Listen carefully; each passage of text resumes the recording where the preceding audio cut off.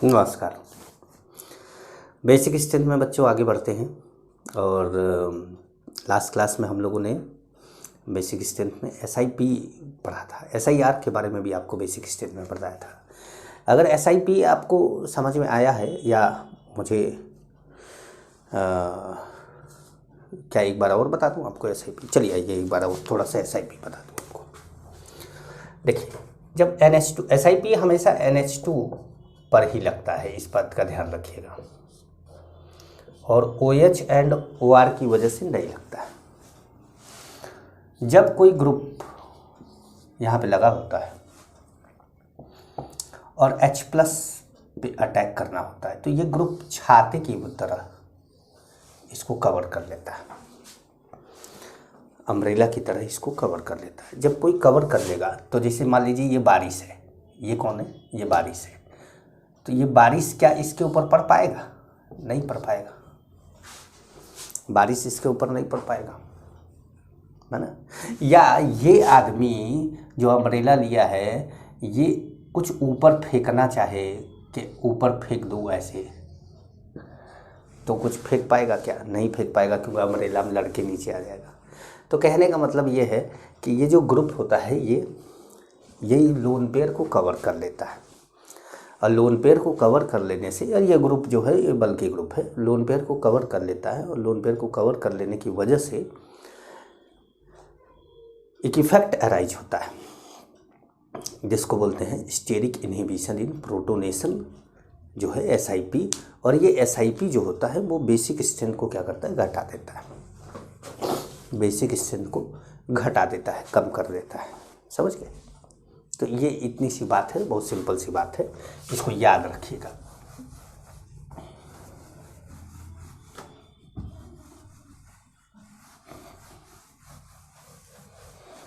चलिए, तो अब जैसे एक दो एग्जाम्पल और लिए जाए।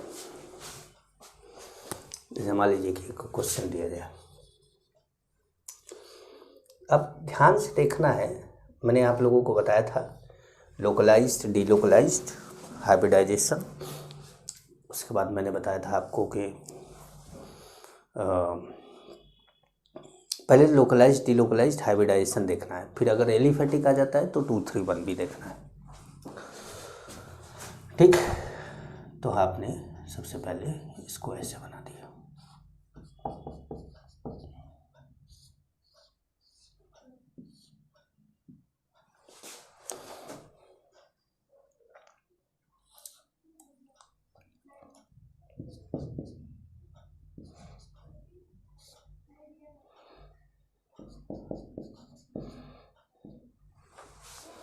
तो मान लीजिए ये कंपाउंड है और यहाँ पे हमने इसको दे दिया A, इसको दे दिया B और इसको दे दिया C। अब बोला कि इन तीनों में बेसिक स्ट्रेंथ सबसे ज़्यादा किसकी है? तो सबसे पहले आपको देखना है कि डीलोकलाइज्ड कौन है, लोकलाइज्ड कौन है। तो देखिए, इसका लोन पेयर इसके साथ डीलोकलाइज्ड, इसका लोन पेयर यहाँ से कोई रिलेशन नहीं है, इसके लोन पेयर का यहाँ से कोई रिलेशन नहीं है। तो मतलब ये और ये दोनों क्या है? लोकलाइज्ड है, और ये कैसा है? डीलोकलाइज्ड। क्लियर है? ये आप लिखते जाएंगे कहीं पर कि ये क्या है? लोकलाइज्ड। ए के सामने लिख देंगे, ए कहीं लिख के लोकलाइज्ड लिख देंगे, बी डीलोकलाइज्ड, सॉरी ए डीलोकलाइज्ड लिख देंगे, बी लोकलाइज्ड लिख देंगे, सी लोकलाइज्ड लिख देंगे। अब ये दोनों लोकलाइज्ड है और दोनों जो है एलिफैटिक भी है, एरोमेटिक तो है नहीं। तो अब ये सेकेंडरी है और ये कैसा है? प्राइमरी है। तो जाहिर सी बात है बेसिक स्ट्रेंथ किसका ज़्यादा होगा? बेसिक स्ट्रेंथ सेकेंडरी का ज़्यादा होगा, प्राइमरी का ज़्यादा होगा, फिर डीलोकलाइज्ड आएगा। समझ पा रहे हैं? चल एक और ले लें।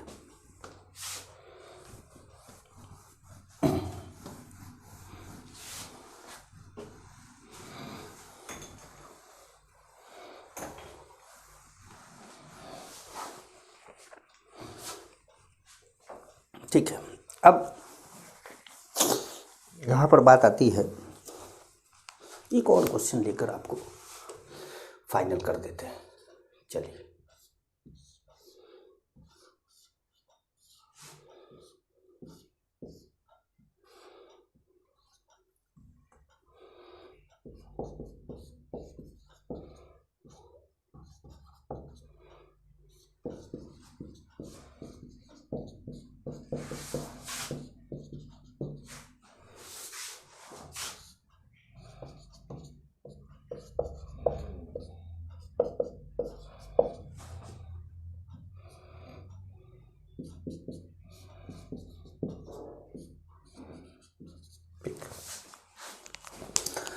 अब देखिए ध्यान से समझिएगा। पहली बात तो चारों के नाम दे दिए जाए, कुछ ए बी सी डी, इन चारों के नाम दे दिए, ठीक है। अब इसमें आपको ये ढूंढना है कि पहले डी लोकलाइज्ड कौन है और लोकलाइज्ड कौन है। डी लोकलाइज्ड कौन है और लोकलाइज्ड कौन है। तो ये डी लोकलाइज्ड है, ये डी लोकलाइज्ड है, ये लोकलाइज्ड है, ये लोकलाइज्ड है। या कह सकते हैं कि कौन एरोमेटिक है कौन एलिफेटिक है, क्योंकि aliphatic is more basic than aromatic, तो ऐसे ढूंढ सकते हैं। ये एलिफेटिक है, ये एलिफेटिक है, ये एरोमेटिक है, ये एरोमेटिक है, ठीक है, क्लियर। तो अब इसका मतलब है कि सबसे ज़्यादा जो बेसिक होगा इसमें एलिफेटिक होगा। अब एलिफेटिक में ये कैसा है, सेकेंडरी है, और ये कैसा है, प्राइमरी है। तो which is more basic, secondary. तो आप पहले सेकेंडरी को लाएंगे, मतलब बी को लाएंगे। बी के बाद किसको लाएंगे, अब डी को लाएंगे, क्योंकि वो प्राइमरी है। अब ये दोनों एरोमेटिक है, ठीक है। तो यहाँ पर एरोमेटिक ये जो NH2 है, मतलब NR2 है, इसके दोनों ऑर्थो पोजीशन पे बल्कि ग्रुप लगा है। अब बल्कि ग्रुप लगा है तो यहाँ पर ए पर क्या लग रहा होगा, SIR इफेक्ट लग रहा होगा। ए पर क्या लग रहा होगा, SIR लग रहा होगा। बी कैसा है, एलिफेटिक सेकेंडरी है। सी डी लोकलाइज्ड है। डी एलिफेटिक प्राइमरी है, ठीक है।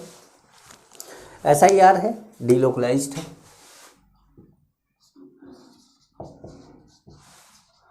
अब आप बोलेंगे कि सर SIR इफेक्ट लगता है तो डी लोकलाइजेशन तो नहीं होता, बेशक, लेकिन इनके कंपेयर में तो ये डी लोकलाइज माना जाएगा ना भाई। एरोमेटिक है तो डी लोकलाइज तो माना जाएगा, मतलब SIR डी लोकलाइजेशन को डिस्टर्ब कर देता है। जितना बड़ा ग्रुप होता है उतना डिस्टर्ब करता है। मतलब छोटा ग्रुप होता है तो थोड़ा बहुत डी लोकलाइजेशन होता है, बड़ा होता है तो थोड़ा कम और बहुत कम डी लोकलाइजेशन होता है, और बड़ा होता है तो और कम डी लोकलाइजेशन हो, मतलब डी लोकलाइजेशन होता है पर बहुत धीरे धीरे घटता जाता है। यहाँ पर अगल बगल कोई ग्रुप है नहीं तो इसलिए डी लोकलाइजेशन आसान है। तो अब इन दोनों में ये SIR इफेक्ट लगने से लोन पेयर क्या हो गया, प्लेन में नहीं है, और प्लेन में नहीं है तो फिर डी लोकलाइजेशन कम हो गया। अब कम हो गया तो बेसिक स्ट्रेंथ बढ़ गया, तो इसका मतलब बेसिक स्ट्रेंथ ए का ज़्यादा होगा। और ए के बाद कौन बचता है लास्ट में, सी, तो फिर सी होगा। समझ पा रहे हैं, ध्यान रखिएगा इसको।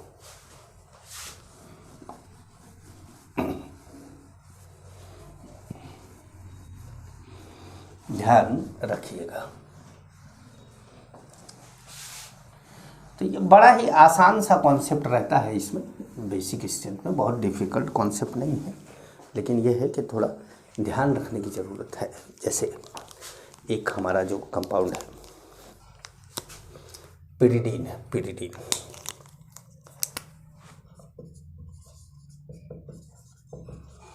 पिरिडीन जो होता है वो C5H5N होता है, C5H5N होता है। अब C5H5N जो है वो क्या होता है, आइए देखें।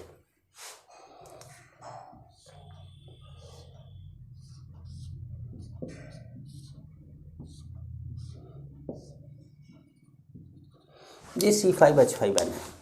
आप लोगों को रेजोनेंस की कंडीशन में बताया था कि अगर एक ही पॉइंट पे पाई बॉन्ड और लोन पेयर दोनों आ जाए तो पाई बॉन्ड रेजोनेंस में इन्वॉल्व होगा, लोन पेयर रेजोनेंस में इन्वॉल्व नहीं होगा। इसका मतलब ये लोन पेयर रेजोनेंस में इन्वॉल्व नहीं हो रहा है।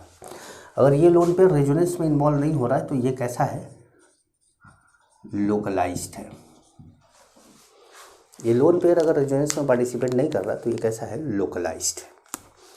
और अगर ये लोकलाइज्ड है और इसका H प्लस पर इसका अटैक H प्लस पर हो गया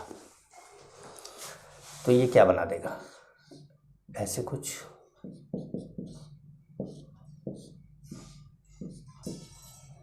प्लस चार्ज। ठीक है, ये कैसा है, एरोमेटिक है। और ये भी कैसा है, एरोमेटिक है। मतलब अगर आप यहाँ पर कह सकते हैं कि एरोमेटिक एमीन में, एलिफेटिक से कंपेयर नहीं करना, aliphatic is stronger base than aromatic, ये एरोमेटिक है। एलिफेटिक कोई भी होगा तो वो भी उससे ज़्यादा बेसिक अभी भी है। एरोमेटिक एमीन में सबसे ज़्यादा बेसिक पिरिडीन होता है, मोस्ट बेसिक कौन होता है, पिरिडीन। तो एक पॉइंट लिख लीजिएगा,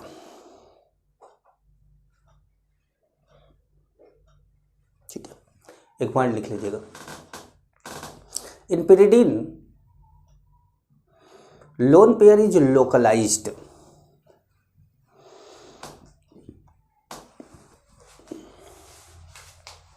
lone pair is localized and it is found in sp2 orbital. Lone pair is localized and it is found in sp2 orbital,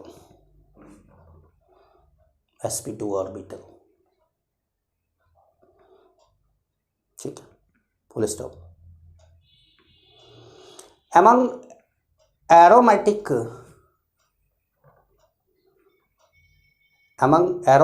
bases,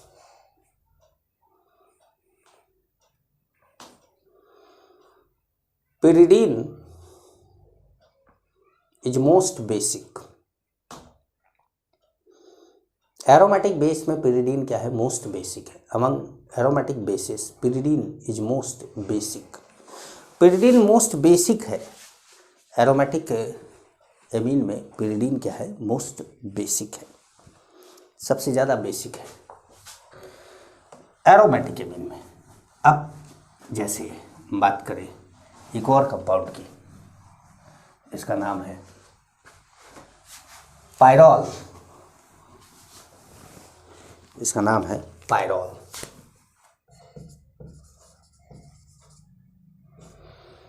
pyrrole जो होता है वो होता है C4H5N, C4H5N। अब क्या होता है पायरॉल, चला बना के दिखाया जाए आपको।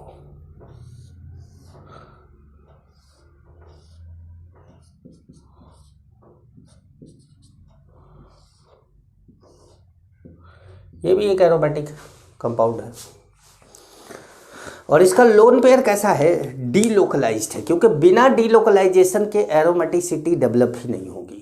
यहाँ पर इस पॉइंट पे कोई पाई बॉन्ड तो है नहीं, तो मजबूरी है कि ये lone pair pi bond single bond, lone pair single bond pi bond, single bond pi bond, मतलब रेजोनेंस के लिए लोन पेयर का होना जरूरी है, लोन पेयर का होना जरूरी है। तो जब यहाँ पर H प्लस आता है और ये H प्लस देता है, तो अभी तो ये कैसा है, एरोमेटिक है, ठीक है। और जब यहाँ NH बन जाता है तो ये कैसा हो जाता है, sp3। अब आपको पता है कि एरोमेटिसिटी की कंडीशन थी कि सभी मेंबर sp2 होने चाहिए। अब जैसे ये क्या हो गया, sp3 हो गया, तो जब ये sp3 हो गया तो ये क्या हो गया, नॉन एरोमेटिक हो गया।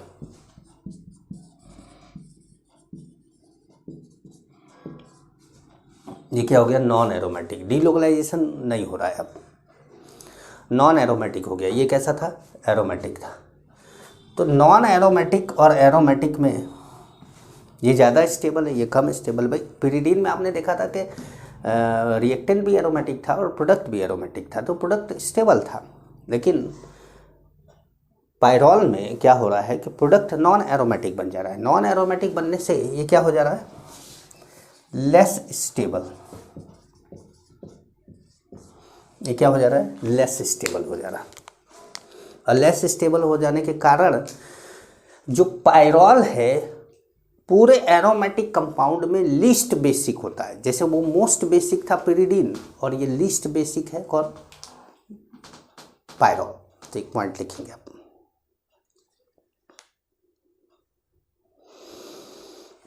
लिखिए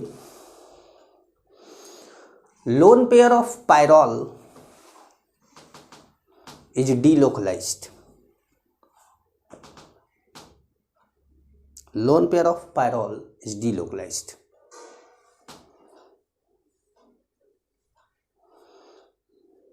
Full stop. Pyrrole is an aromatic compound.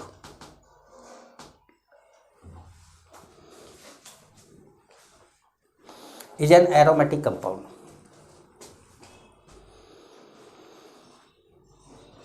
which after taking H plus ion, which after taking H plus ion form non-aromatic compound. Non-aromatic compound bracket में लिखिएगा less stable,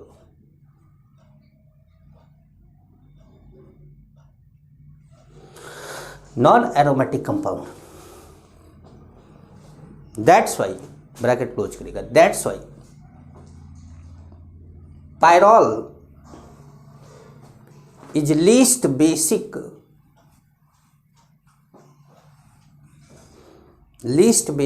among aromatic bases.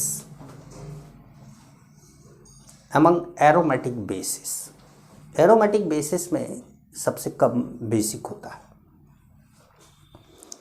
ठीक है,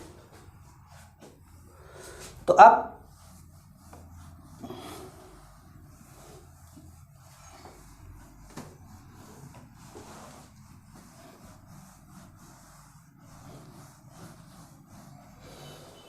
जैसे basic strength of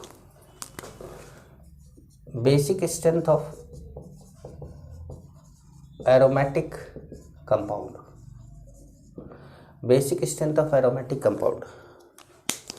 तो इसमें सबसे ज़्यादा जो बेसिक है वो कौन है, वो पिरिडीन है।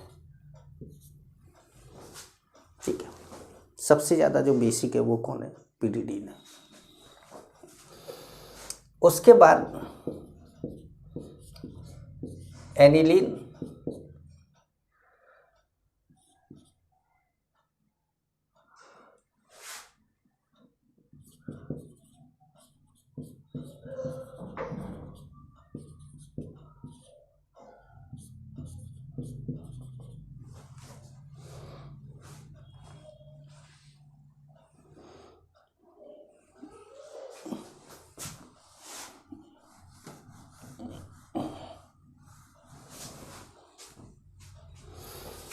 उसके बाद जो है वो RNR,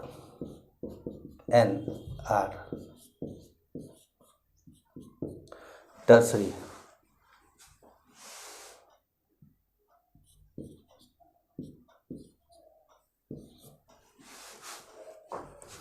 फिर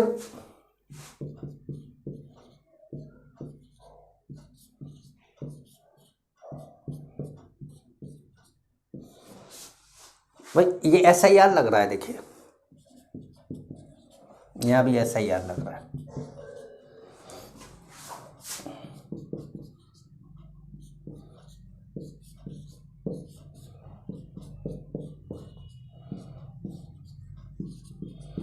यहाँ भी SIR लग रहा है।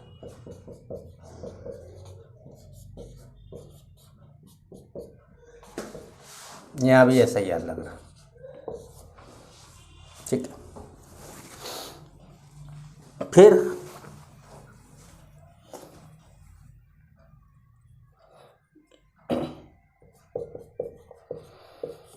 अब एनिलीन, चाहे खाली एनिलीन हो, चाहे ऑर्थो पैरा मेटा कहीं पर लगा हुआ कोई ग्रुप हो, SIP लगा हो, तो हम यहाँ पर एक साथ लिख देते हैं। इतना लंबा कौन लिखेगा, ठीक है। यहाँ पर लिख देते हैं EWG ERG at ortho meta para, ठीक है, पूरा एनिलीन एंड एनिलीन डेरिवेटिव आ गया, जो भी SIP वगैरह था सब आ गया। इसके बाद आता है कौन, पायरॉल। इसके बाद आता है पायरॉल।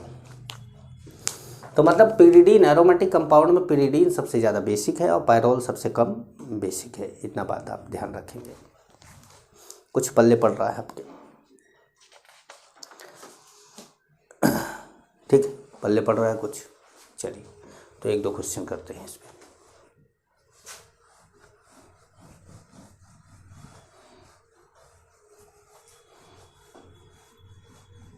एक दो क्वेश्चन इस पर करते हैं, ये याद रखिएगा। एरोमेटिक एमीन में मैंने आप लोगों को बताया था लास्ट क्लास में कि टर्सरी, सेकेंडरी एंड प्राइमरी ये ऑर्डर होता है। टर्सरी, सेकेंडरी, प्राइमरी ये ऑर्डर होता है। ये एलिफेटिक वाले में तो 231 या 213 जो भी आपको मिल जाए, ठीक है। अब जैसे देखिए,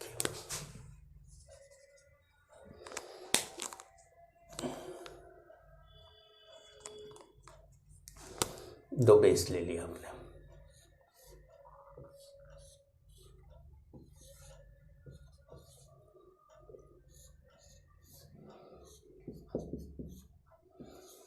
मतलब अल्टरनेट डबल बॉन्ड ऐसे बना दिए, ठीक है।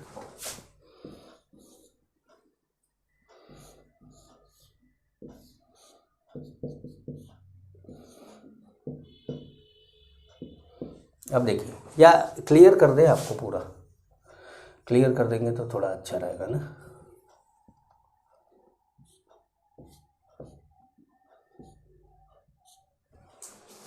ठीक है, अब यहाँ पर क्या है कि यहाँ डीलोकलाइजेशन तो नहीं हो रहा है, ये भी लोकलाइज्ड है, ये भी लोकलाइज्ड है, क्योंकि देखो double bond, single bond, double bond, single bond, double bond, lone pair से कोई मतलब नहीं है। ये भी लोकलाइज्ड है, ये भी कैसा है, लोकलाइज्ड है, ये भी कैसा है, लोकलाइज्ड है। क्लियर कर देते हैं, वो गोले वाले में आपको कई बार समझ में नहीं आता। लोकलाइज्ड, दोनों लोकलाइज्ड, ए भी लोकलाइज्ड है,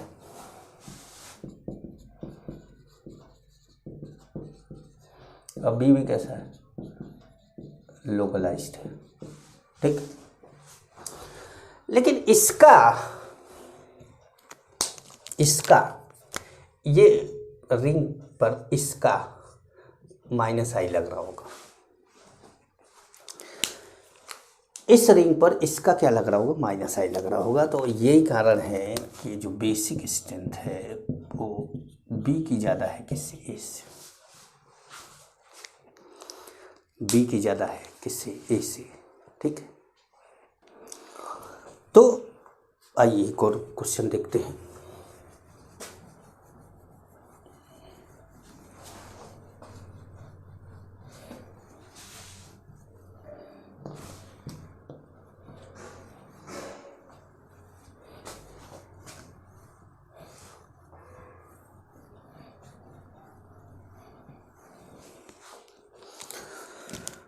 देखो भाई, आपके पास मान लीजिए कंपाउंड है,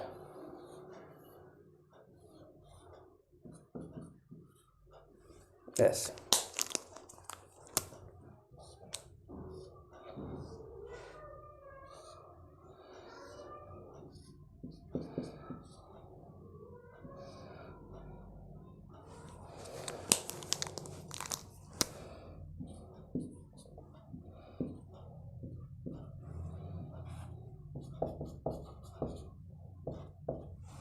ठीक है भाई। आपके पास 3 है, ये ए है, ये बी है और ये सी है, ठीक है, ABC कर दिया। अब ध्यान से देखिए, कौन डीलोकलाइज्ड है, कौन लोकलाइज्ड है, क्लियर कर लीजिएगा एकदम मस्त। देखिए, ये कौन है, पायरॉल है, ये कौन है, पिरिडीन है, ये कौन है, एनिलीन है। अगर आप चाहें तो अपने ऑर्डर से, अभी मैंने थोड़ी देर पहले बताया था, उसी से कर सकते हैं कि पिरिडीन, एनिलीन, पायरॉल, मतलब सीधा कर सकते हैं क्वेश्चन। लेकिन अगर आपको फिर भी समझना है तो ज़रा देखिए, ये कैसा है, लोकलाइज्ड है, बी कैसा है, लोकलाइज्ड है, ए कैसा है, डी लोकलाइज्ड, और सी कैसा है, लोकलाइज्ड। सी भी localised, sorry D localised.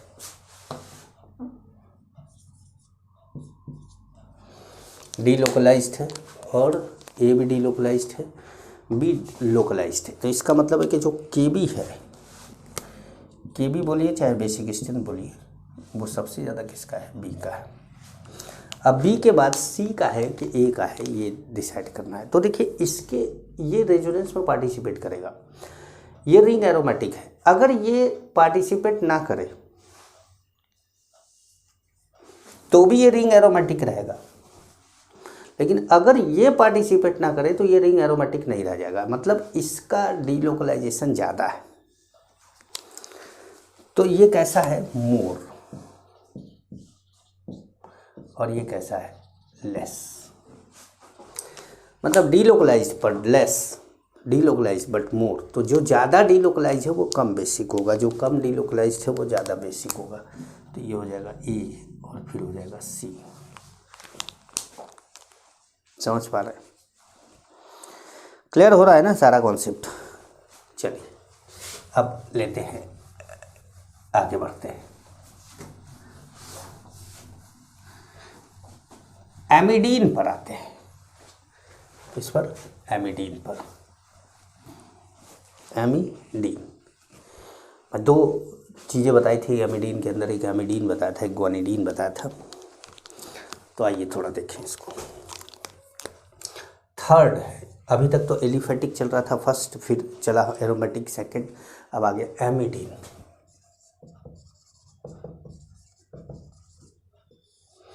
Amidine क्या होता है? तो एमिडीन होता है R C N H NH2। अब मान लीजिए एच, इसको H प्लस देना है, ये एमिडीन है।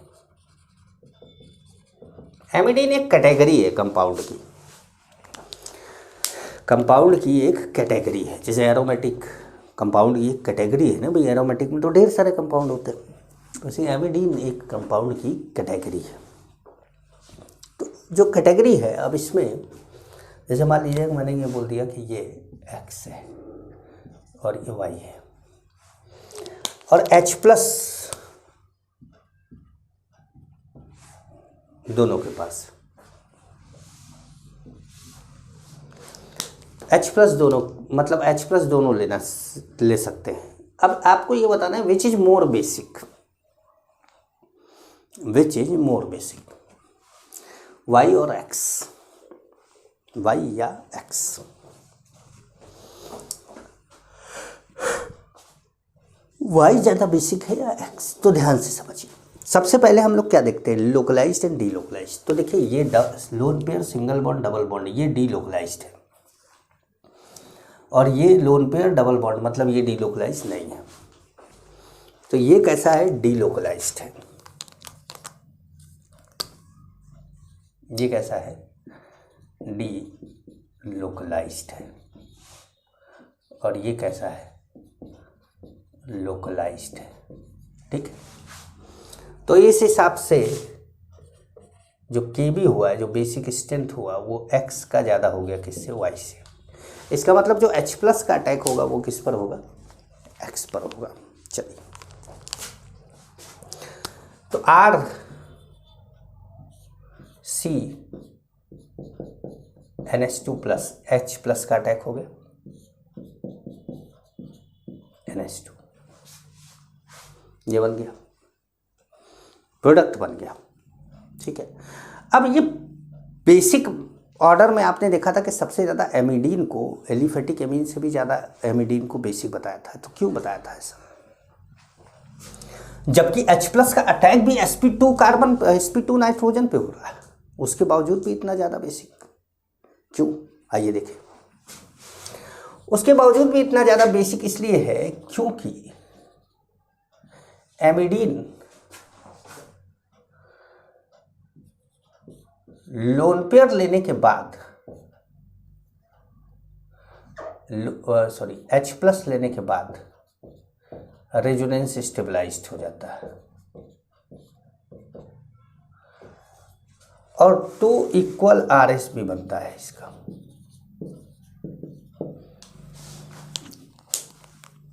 एमिडीन जो होता है वो H+ लेने के बाद रेजोनेंस स्टेबलाइज हो जाता है। अब जैसे कोई primary secondary tertiary amine aliphatic का रेजोनेंस स्टेबलाइज तो होता नहीं, लेकिन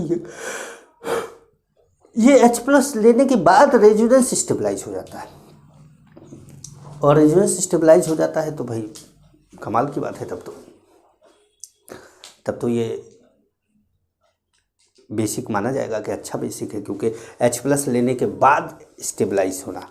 जैसे एसिड में बोला जाता था कि H+ देने के बाद एनायन जितना H+ देने के बाद एनायन जितना स्टेबल होगा एसिड उतना स्ट्रांग होगा। वैसे ही बेस में क्या होगा कि H+ लेने के बाद कैटायन जितना स्टेबल होगा बेस उतना स्ट्रांग होगा, बेस उतना ही स्ट्रांग होता जाएगा। तो यहाँ पर चलिए देखिए जरा सा समझिएगा। एक टर्म आता है, एक शब्द क्या, एक कंपाउंड का नाम है ग्वानिडीन। एक टर्म आता है, एक शब्द आता है, इसका नाम है ग्वानिडीन।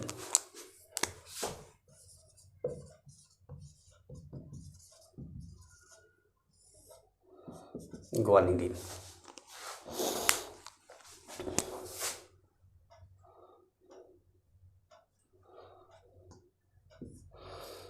कंपाउंड में बना ही देते हैं, तब बताते हैं इसके बारे में।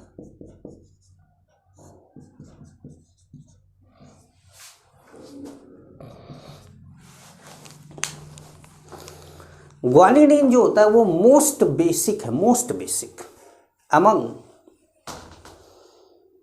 Organic basis.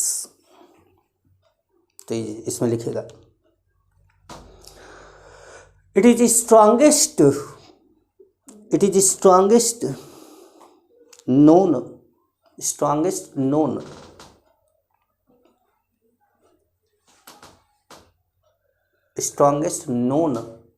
Organic nitrogen containing base. Strongest known organic nitrogen containing base, but it is weaker than any inorganic base,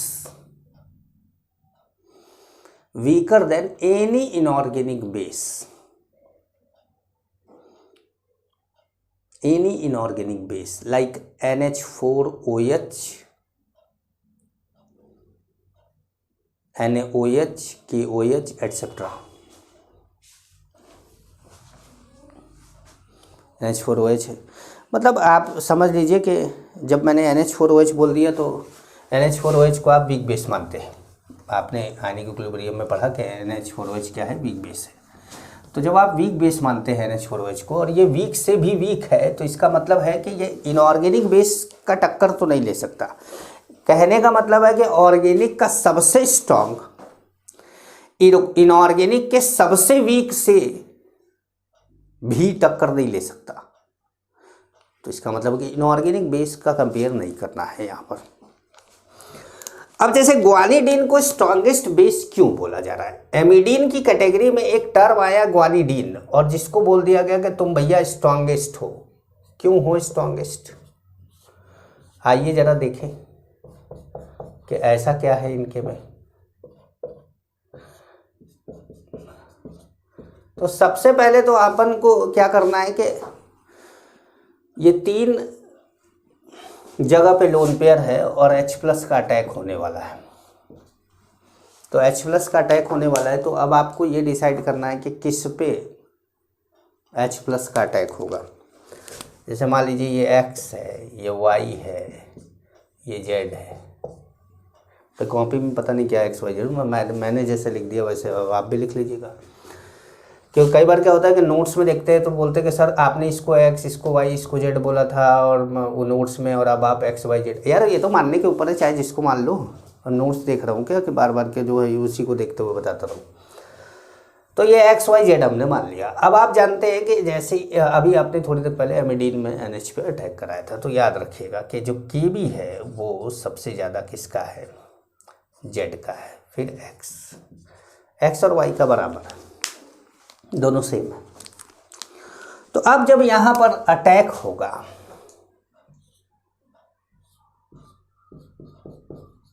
जाहिर सी बात है Z पर अटैक होगा, प्लस आ जाएगा।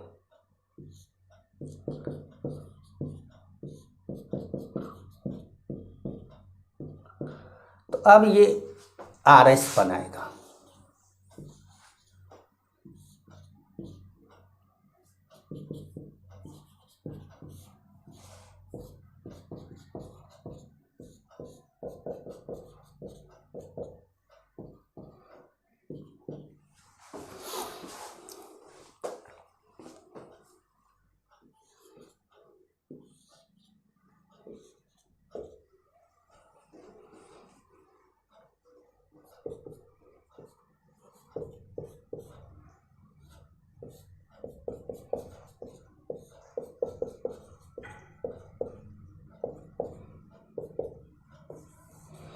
तो अब आपने देखा कि यहाँ पर हर नाइट्रोजन पे बारी बारी से डबल बॉन्ड आया, पॉजिटिव चार्ज आया, ठीक है। और तीनों को अगर ध्यान से देखें तो ऐसा लगेगा खाली घुमा दो तो दूसरा वाला बन जाएगा। इसका मतलब है कि तीनों क्या है, इक्वल RS है। तो यहाँ पर हम लिखेंगे 3 इक्वल RS,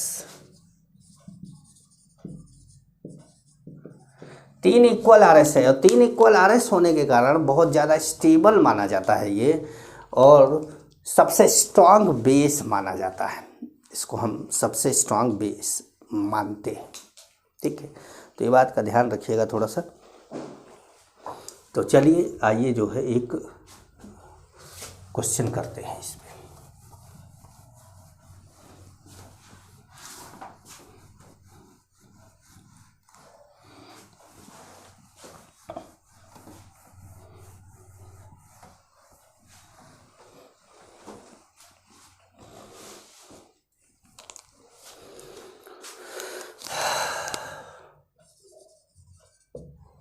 आप लिखेंगे arrange the following in decreasing order of basic strength. आप क्वेश्चन लिख लें,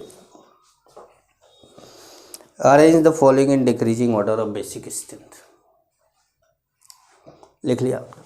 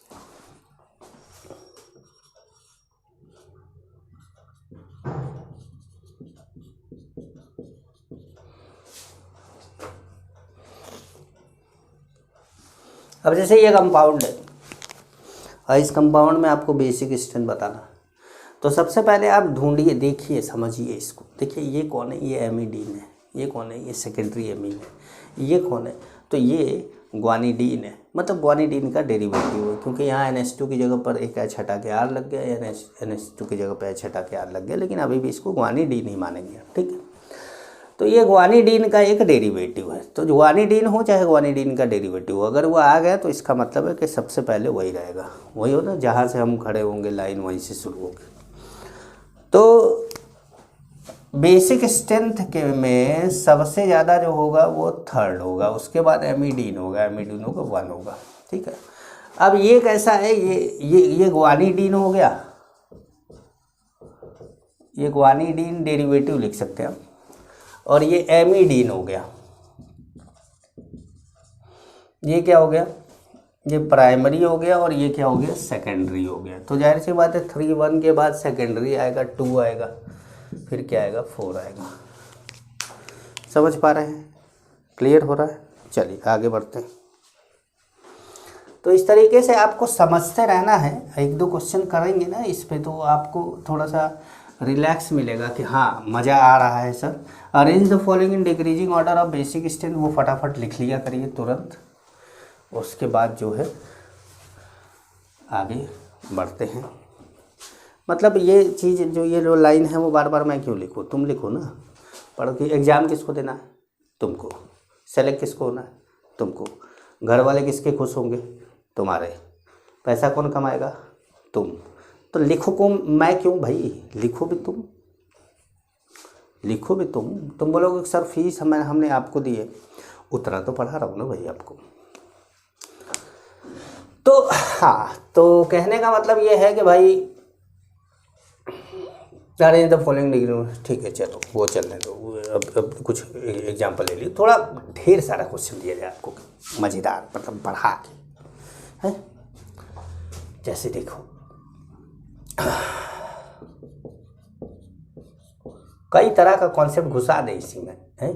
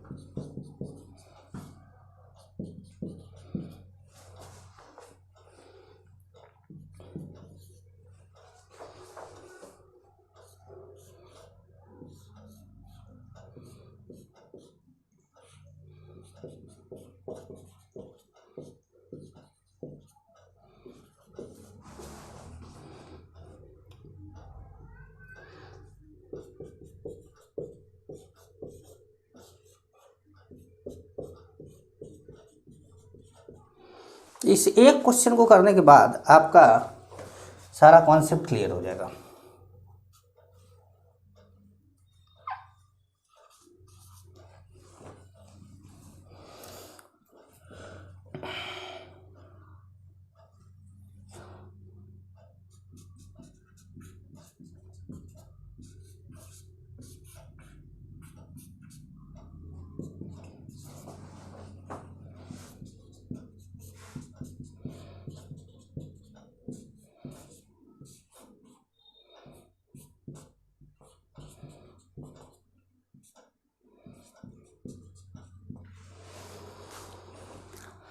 चलिए भाई, फिक्स हो गया कंपाउंड, हमने सब लिख दिया।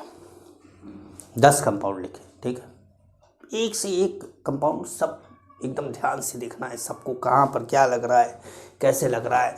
और बनाने के बाद मैं तो ये कहता हूँ कि वीडियो पॉज कर दो।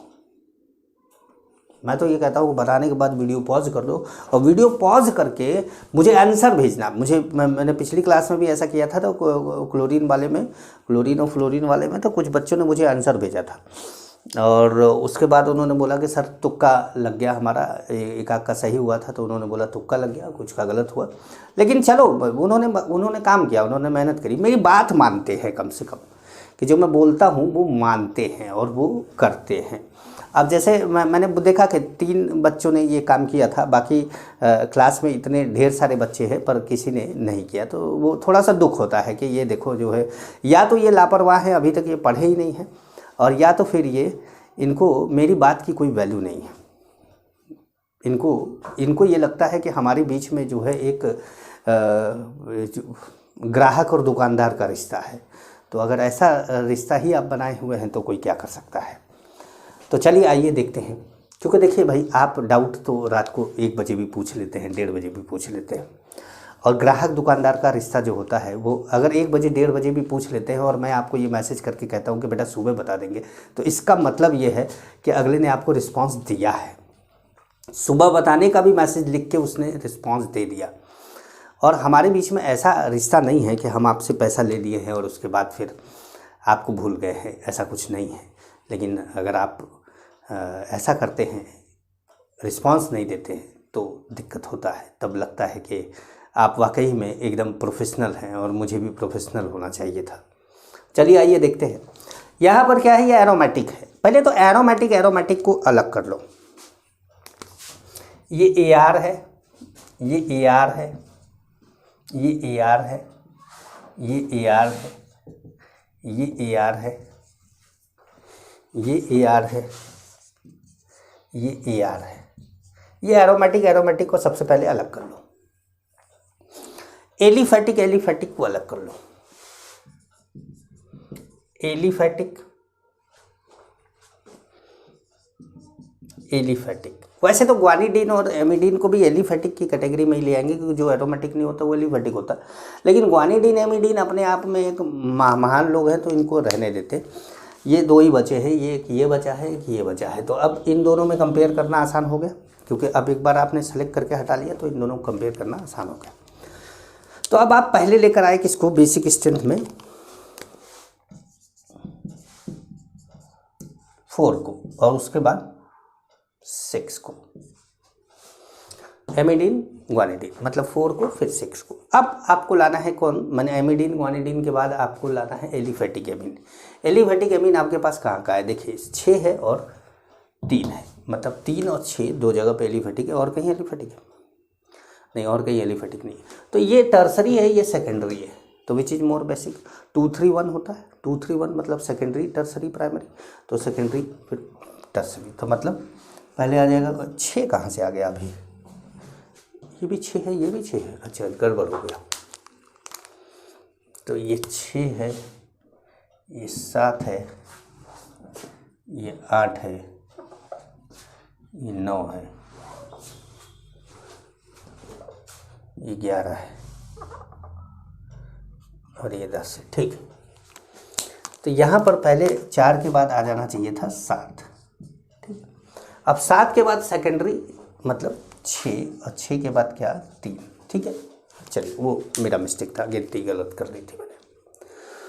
अब 4 7 6 3। ठीक है, एलिफेटिक भी खत्म हो गया, ग्वानिडीन एमिडीन खत्म हो गया, एलिफेटिक खत्म हो गया। अब क्या बचा, एरोमेटिक। अब क्या बचा, एरोमेटिक। तो देखकर जब डर लग रहा हो कि इतने ढेर सारे हैं, इतने ढेर सारे हैं, इतने ढेर सारे हैं, तो हटा दो। जिनका जिनका काम हो गया है उनको तो हटा सकते हैं ना, इनको हटा दो। हटा दिया। अब बचा एरोमेटिक। अब एरोमेटिक में सबसे ज़्यादा बेसिक कौन होता है, पिरिडीन। तो ले आए हम किसको, 2 को।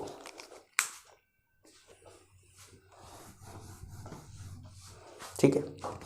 अब 2 के बाद अब एनिलीन और उसके डेरिवेटिव सब चल रहे हैं। तो अब याद करिए क्या था, SIR, पहले SIR था, फिर +R, फिर +H, फिर +I, फिर 0, फिर -I, -H, -R, फिर SIP। लेकिन मैंने इतने ढेर सारे इफेक्ट आपको दिए नहीं, वरना मेरा बोर्ड भर जाता और जगह नहीं बचती। क्योंकि मैं अगर ऑफलाइन क्लास में, जैसे इसका 3 गुना बोर्ड रहता है, और 700-800 बच्चे जब क्लास में बैठते हैं, क्योंकि यहाँ का कल्चर है कि 700-800 बच्चे क्लास में एक साथ बैठते हैं, और उस क्लास में जब मैं पढ़ाता हूँ तो मैं 50-55 कंपाउंड दे देता हूँ। और 50-55 कंपाउंड देने के बाद जब मैं सॉल्व कराता हूँ, 50-55 कंपाउंड देने के बाद एक क्लास ख़त्म हो जाती है। क्योंकि मैंने 50-55 कंपाउंड लिखे, 15 मिनट तो उसमें गया, और 45 मिनट बच्चों को खाली कॉन्सेप्ट लिखने में लग जाता है कि यहाँ क्या लगेगा, यहाँ क्या लगेगा, यहाँ क्या लगेगा।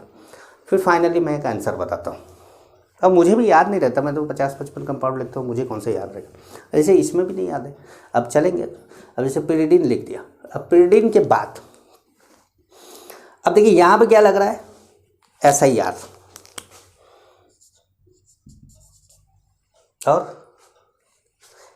और कहीं SIR लग रहा है नहीं, और कहीं SIR नहीं है। तो इसका मतलब है सबसे पहले क्या आएगा, 11वां। ठीक है। अब देखिए ये सेकेंडरी एरोमेटिक एमीन है और ये टर्सरी एरोमेटिक एमीन है, तो which is more basic, tertiary. मतलब 8 के बाद 10,